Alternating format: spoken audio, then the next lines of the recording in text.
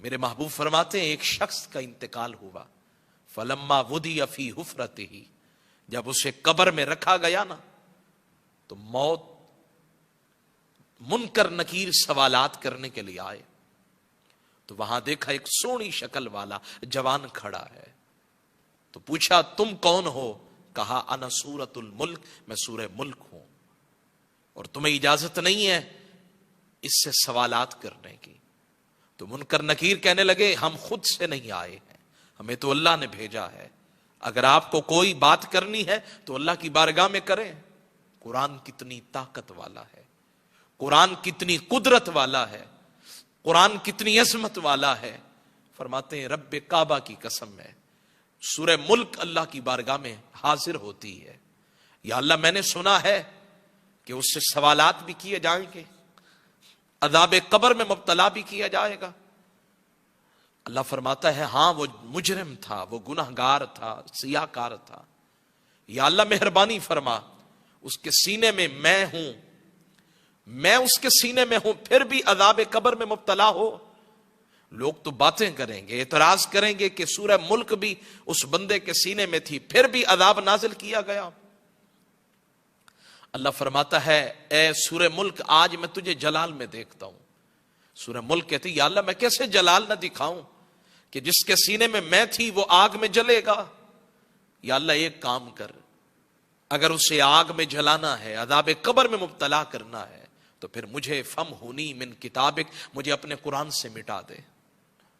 اور اگر ایسا نہیں کرنا تو پھر اس کا مالک مجھے بنا دے۔ رب فرماتا ہے جا پھر اے سورہ ملک تو اس کی مالک ہے، فقد وہبتہ لکی، میں نے تجھے اس کا مالک بنا دیا۔ اب سورہ ملک لوٹ کے آتی ہے، سورہ ملک لوٹ کے آتی ہے اور آ کے اپنے ہونٹ اس کے ہونٹوں پہ رکھ دیتی ہے، کہتی ہے ان ہونٹوں پہ لاکھوں سلام جن ہونٹوں کے ساتھ تو میری تلاوت کرتا تھا، اور پھر کہتی ہے اس سینے پہ لاکھوں سلام جس سینے میں قرآن پاک موجود تھا، اور ان قدموں پہ لاکھوں سلام جب ساری کائنات سو جاتی تھی تو کھڑا ہو کر قرآن کی تلاوت کرتا تھا۔ علامہ ناصری رحمت اللہ علیہ بہت بڑے امام گزرے ہیں، قرآن کہاں کہاں کام آتا ہے، قرآن کی برکتیں کتنی ہیں، یہ دنیا میں بھی کام آتا ہے، حشر میں بھی کام آتا ہے، کام آئے گا، ہر جگہ کام آئے گا، اور ایسا کام آئے گا کہ پھر دیکھیے گا امام ناصری رحمت اللہ علیہ کو سکتہ طاری ہو گیا، سانس اٹک گئی، گھر والوں نے گمان کیا کہ روح قبض ہو گئی، غسل دیا گیا، کفن پہنایا گیا،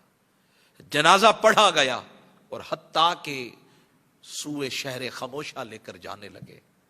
جب قبرستان کی طرف لے کر جا رہے تھے نا تو امام ناصری کا سکتہ ابھی تک ٹوٹا نہیں تھا، چٹا کفن بھی پہنا دیا گیا، ہاں جی جنازہ بھی پڑھا دیا گیا، اپنے روتے رہے، آنسو بہاتے رہے، چاہنے والے ٹھنڈی آہیں بھرتے رہے۔ فرماتے امام ناصری کو جب قبر میں اتار دیا گیا اور قبر کی مٹی برابر کی گئی، حضرت خواجہ نظام الدین اولیاء محبوب الہی رحمت اللہ علیہ آپ فرماتے ہیں امام ناصری رحمت اللہ علیہ کی قبر کی مٹی جب برابر کر لی گئی نا تو اب جا کے آپ کا سکتہ ٹوٹا، سانس میں سانس آئی، جان میں جان آئی، تو جب آنکھ کھلی تو سامنے قبر کی وحشت ہے، سامنے قبر کی وحشت ہے، قبر کی ظلمت ہے، قبر کا اندھیرا ہے۔ اب کس کو آواز دیں، کون آئے گا مدد کو؟ یہاں کوئی سوراخ تو نہیں ہے نا کہ جس سے آواز باہر چلی جائے، دفنانے والے تو دفنا کے چلے بھی گئے، اب کون آئے گا مدد کو؟ امام ناصری رحمت اللہ علیہ فرماتے ہیں قبر کا اندھیرا تھا، دل ڈوب رہا تھا، وحشت سے برا حال تھا، ایسے عالم کے اندر میرے اندر سے ایک صدائے دل نواز بلند ہوئی، اے ناصری تم بھول گئے، فراموش کر بیٹھے؟ جب مشکل گھڑی آ جائے، جب مشکل وقت آ جائے تو فرمایا کسی بھی مشکل کے حل کے لیے 40 مرتبہ سورہ یاسین پڑھی جائے، جب 40 کا عدد یہ پورا کیا جائے گا اللہ مشکل کو حل فرما دے گا۔ امام ناصری رحمت اللہ علیہ آپ فرماتے میں نے سورہ یاسین کی تلاوت کا آغاز کیا، معجزہ پھر نمودار ہوا، معجزے کا ظہور ہوا،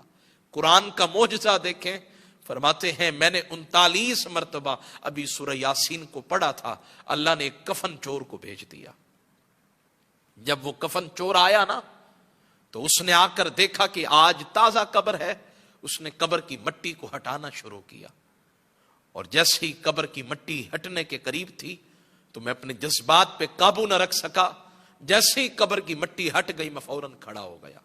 اور آپ سوچ سکتے ہیں کہ ایک بندہ کفن سمیت سامنے آ جائے تو پیتا پانی ہوگا یا نہیں، انسان بوکھلا جائے گا یا نہیں۔ تو وہ کفن چور جو تھا نا، اس کا جگر پھٹ گیا، وہ برداشت نہ کر سکا۔ امام ناصری فرماتے مجھے افسوس ہوا کہ میں فوراً کیوں کھڑا ہوا، اور حتیٰ کہ پھر امام ناصری رحمت اللہ علیہ آپ فرماتے ہیں میں آہستہ آہستہ شہر کے دروازے پہ گیا اور میں نے لوگوں کو کہا کہ لوگوں تم نے مجھے مردہ گمان کیا تھا، مجھے تو سکتہ طاری ہوا تھا،